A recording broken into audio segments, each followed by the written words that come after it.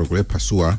Mimi niwapongeze kwa habari muhimu zenye mafundisho na uhakika zinapatikana East Africa Radio. Pamoja sana ndugu zangu. Asante bwana Amina Arambe kutoka Moshi bwana. Tuangazie wino mzito, taarifa nyingi zilizopewa vichwa vya habari kwenye magazeti, mitandao, lakini pia kwenye maeneo mengine ambapo zinaendelea. Sasa miongoni mwa taarifa tulizonazo ni ugonjwa wa ua ng'ombe 750 nyanda za juu kusini. Kaisome kwenye magazeti imeandikwa. Lakini haya, asante. Chadema mguu sawa, ameandika Nipashe. Timu ya mawakili waandamizi yatua Dodoma kimkakati. Marejeo 4 ya kisheria kutikisa mahakama ya rufani, ni sehemu ya mchakato wao wa kudai haki kortini. Hapa wakiwa na picha ya timu ya mawakili wa Chadema ikiwasili mkoani Dodoma mwishoni mwa wiki tayari kwa ajili ya kesi ya marejeo mahakama ya rufaa kuanzia kesho, yani leo. Na kesi sana kipindi. Kesi zimekuwa nyingi na mapambano yao ya haki, wanasema kudai haki, yamekuwa makubwa kweli kweli. Wametuma timu ya mawakili Dodoma. Kutoka kwenye magazeti kwa mfano Nipashe wameiweka hapa. Mawakili wa kituo Dodoma kwa ajili ya kazi hiyo. Lengo la maombi hayo ni kutaka kuondolewa kwa amri ya muda iliyozuia chama hicho kufanya shughuli za kisiasa na kutumia mali zake. Kesi hiyo inatarajiwa kuanza kusikilizwa kuanzia kesho Machi 24. Kesho ndio inaanza jijini Dodoma. Imevuta hisia za wengi kutokana na uzito wake kwa mustakabali wa chama hicho kikuu cha upinzani. Line ya mwisho, mustakabali. Kuna namna hizi kesi zimetikisa chama mpaka tunazungumzia mustakabali. Kabisa, kwa sababu kazi kubwa ya chama ni kufanya siasa. Chama kinaanzishwa, kinakuwa, chama kinatafuta wanachama, chama kinajenga misingi au mtandao. Lengo lake la msingi ndio ni kufanya nini? Kufanya siasa. Na chama ambacho ambao hakifanyi siasa, tunasema zile political active, yani siasa za majukwaani, kisipoonekana, maana ni kwamba sasa kinakosa visibility, kinakosa kuonekana. Sasa kwa mfano hivi vyama, kumbuka, vina mirengo ambao vinakuja kuuza sera kwa wananchi, kuuza irani. Kuna baadhi ya changamoto ambazo zinatokea kwenye jamii, ambapo chama kama mfumo wa demokrasia unavyotaka kinatakiwa kiseme. Sasa kinapokosa hiyo fursa, maana chama hicho kinakuwa katika mkwamo. Ndio maana mteo ukitazama Tanzania hapa kuna vyama 19. Hivi kwa mfano kuna vyama vyote ambavyo unavisikia sasa hivi. Kweli. Hivi unavisikia kuna vyama vyote. Kwa nini uvisikii? Kwani sio vyama na vimesajiliwa? Uvisikii kwa sababu havifanyi active politics. Yani havibebi agenda. Havizungumzi matatizo ya watu. Kwa chama ambacho kinakuwa kinafanya siasa ambazo ni active, kinakuja kwa wananchi, kinakuja majukwaani, kipo mitandaoni, na of course hoja mzuri sasa hivi kuna hiyo ambayo inaitwa majukwaa ya mtandao. Vyama ambavyo vina nguvu mtandaoni vina nguvu hata kwenye mijadala ya wananchi. Kwa kuna umuhimu mkubwa sana wa chama kuweza kushiriki masuala ya kisiasa. Msiposhiriki mnaweza mkapotea kwenye macho ya wafuatiliaji na mkaondoka kabisa. Sawa. Mpina afichua siri nzito uhusiano wake na Magufuli. Amemnukuu, anasema nilimfuata Dr. Magufuli akiwa waziri wa ujenzi na kumshawishi achukue fomu ya kugombea urais, lakini badala ya kukubali alinikatalia na hata kunifukuza.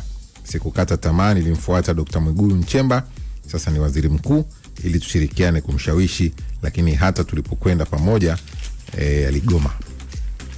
Simulizi imeandikwa hiyo. Hiyo ni mwaka 2015. Nadhani. Nadhani wakati ule wakati anashawishiwa, unajua mambo ya rais ya wakati mwingine pia ni kushawishiwa.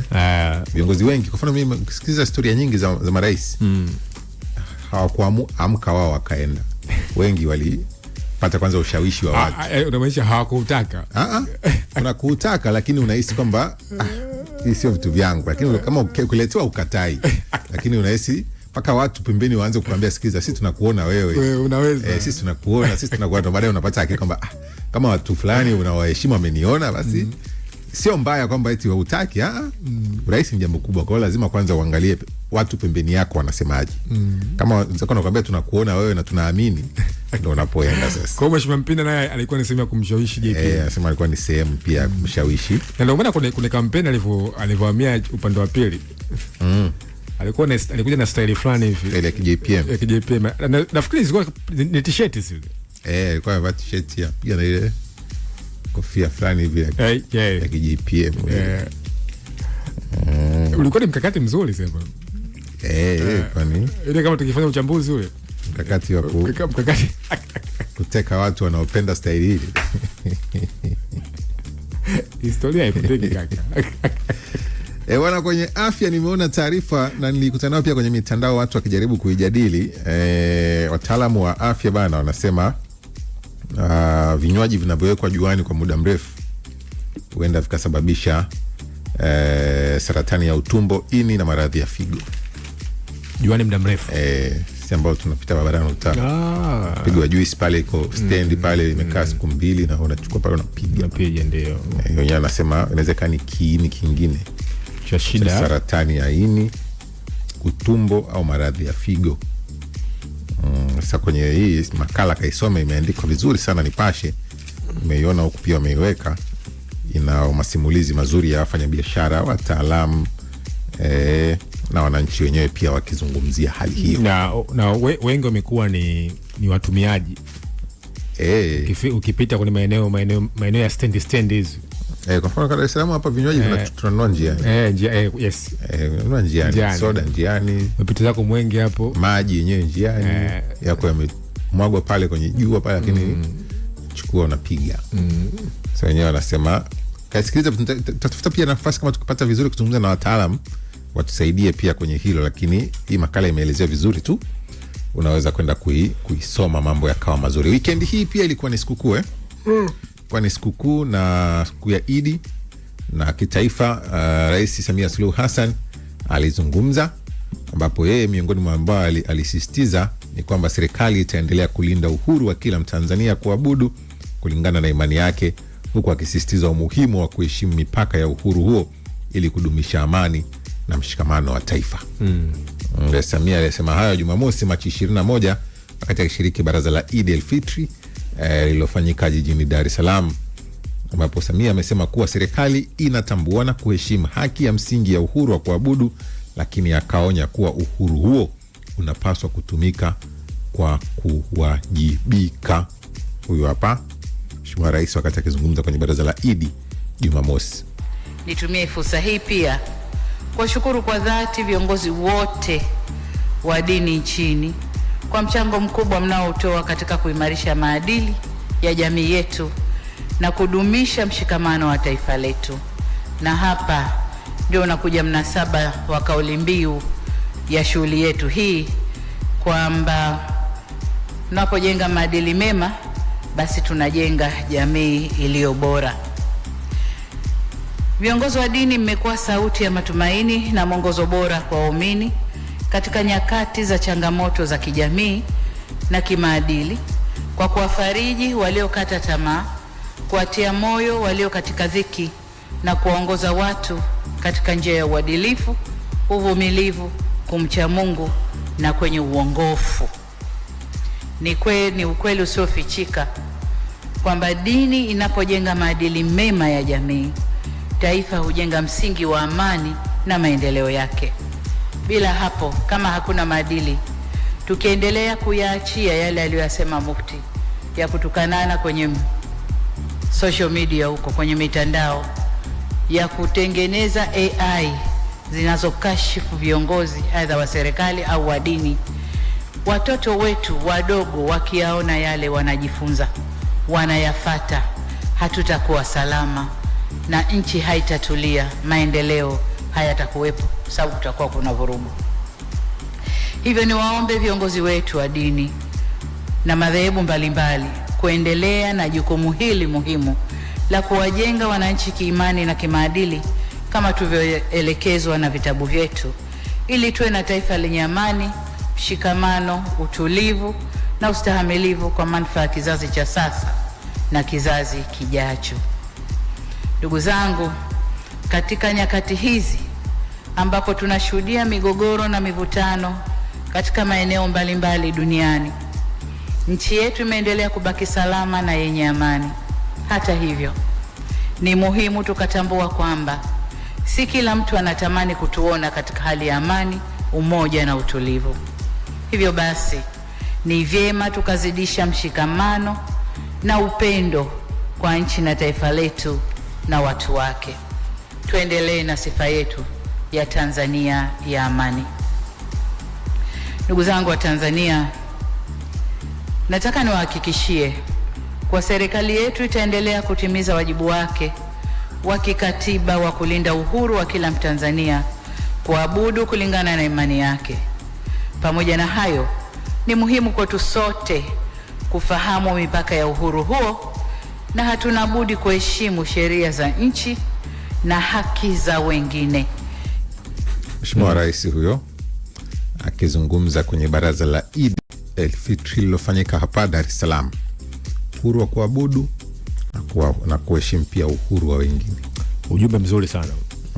Ujumbe mzuri sana. Uhuru wa kuabudu uende sambamba na uwajibikaji na uhuru wa kuweza kuheshimu watu wengine na kuheshimu pia uhuru wa mtu mwingine. Na hiyo ndio wengi tumekuwa tukiikosa. Wengi wakati tunatafuta uhuru wetu au haki yetu, watu hatuanalyze haki za wengine ni zipi. Kwa sisi tunapambania kwetu mpaka tunapitiliza, tunachukua na za wengine, tunaamini bado tupo kwenye kupambania kwetu. Unapopigania haki yako, yaani mchakato wa kupigania haki yako, the same time unaenda kuvunja haki ya mwingine. Na of course kwa ukisoma katiba yetu Mtei imekuwa ikiheshimu dini mbalimbali. Tanzania watu wamekuwa wakiamini kuna dini mbalimbali. Lakini unafahamu kwamba serikali yenyewe haina dini, ila watu wake ndo wana dini. Sasa katika kuongoza, katika kutoa miongozo, kumbuka unaongoza watu ambao wanaamini kuna milengo tofauti na imani tofauti. Kwa hiyo kuheshimiana na uvumilivu, kwa sababu kuheshimiana lazima kuna nini na uvumilivu, tolerance, kwamba anachokiamini Mtei sio anachokiamini Mchungu, na anachokiamini Mchungu sio anachokiamini Kisa, na sio dhambi kuishi hivi. Cha msingi ni kumheshimu Mchungu anachokiamini, na Mchungu kumheshimu Kisa, ili mwisho siku kila mtu akae kwenye, na hiyo ndio misingi ambayo nafikiri katika moja kitu ambacho Mwalimu Nyerere anatakiwa kupongezwa ni hicho. Kwa sababu Mwalimu Nyerere kuna kazi moja hapo ambayo alifanya ni kuwafanya Watanzania wajinasibishe na Utanzania wao.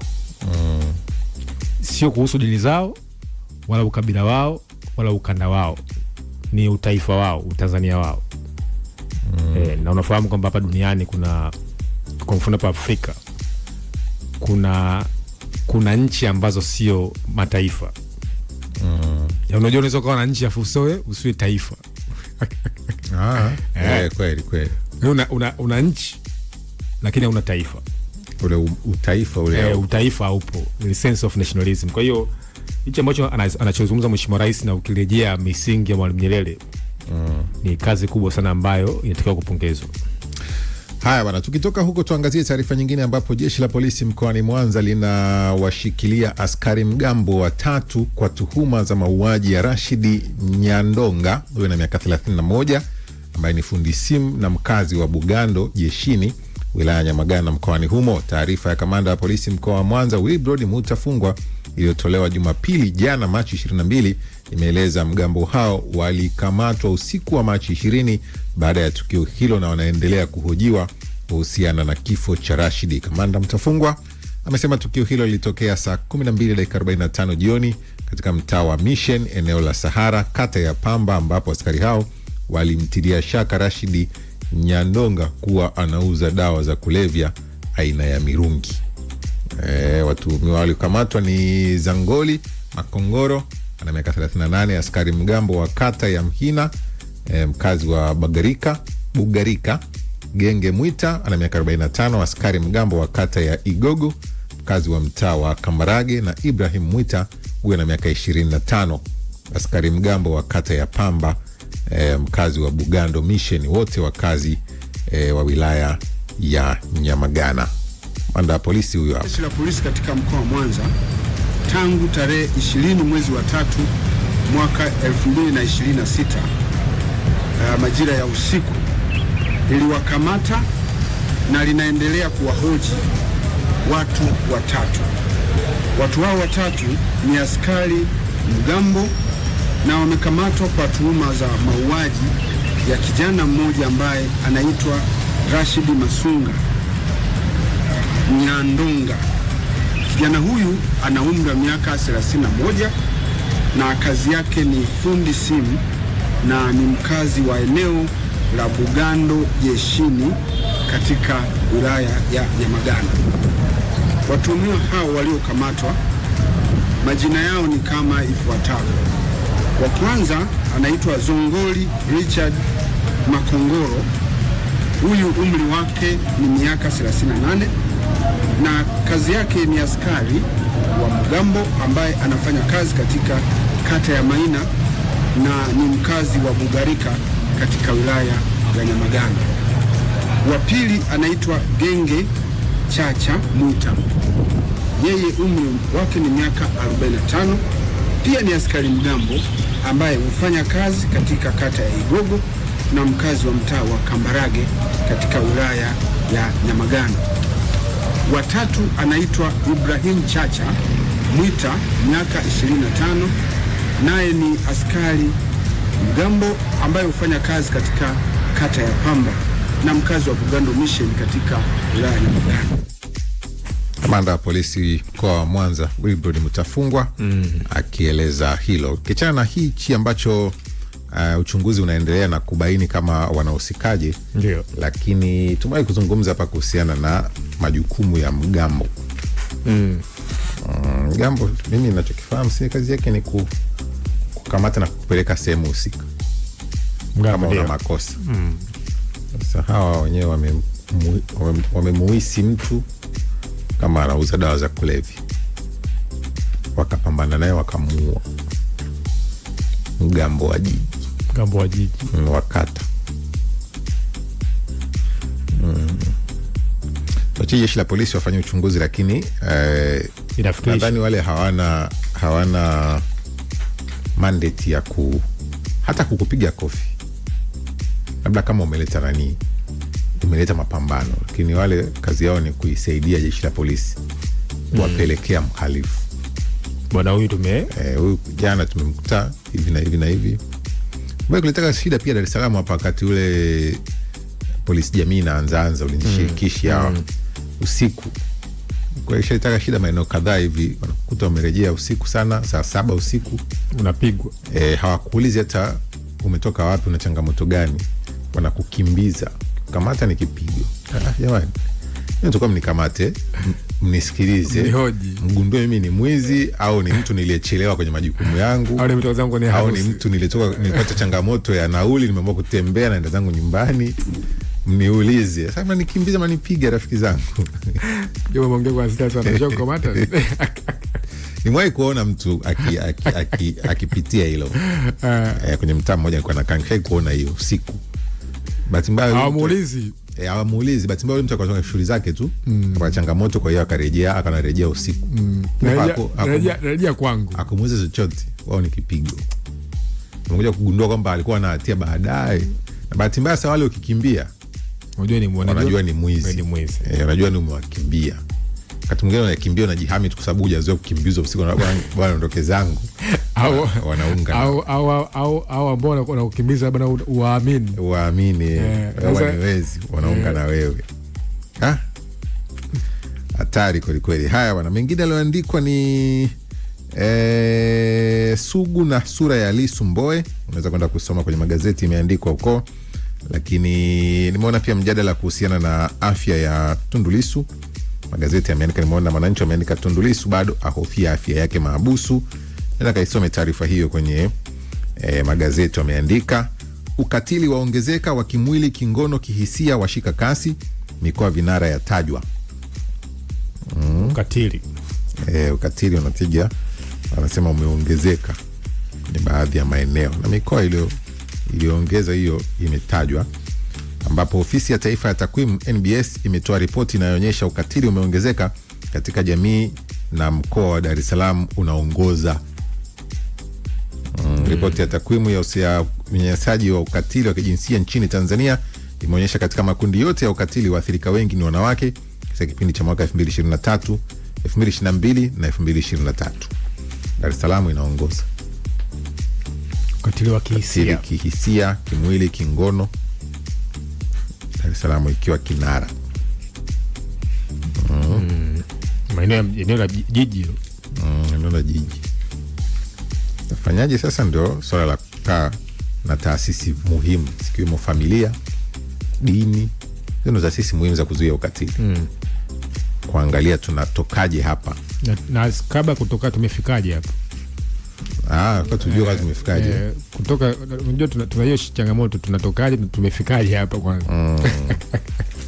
Swala la msingi. Swala la msingi kwanza.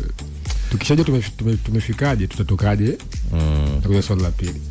Bwana, tumalizie na hii ya watu watatu wa kijiji cha Burunga wilayani Serengeti mkoani Mara wamefariki dunia, huku mmoja akipelekwa hospitalini baada ya kunywa dawa ya miti shamba waliopewa kwa lengo la kutoa nyongo tumboni na kuongeza hamu ya kula.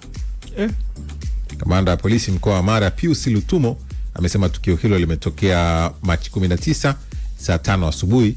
Amewataja waliofariki kuwa ni Kashi Joseph miaka 52, Mako Machota miaka 51 na Debora Nyamuhanga miaka 58, wote wakazi wa kijiji cha Burunga, huku mmoja akinusurika lakini ikalazimika kupata matibabu hospitalini.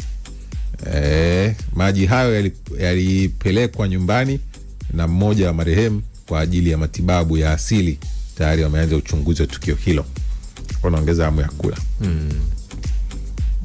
Mbaya watatu hao wamefariki.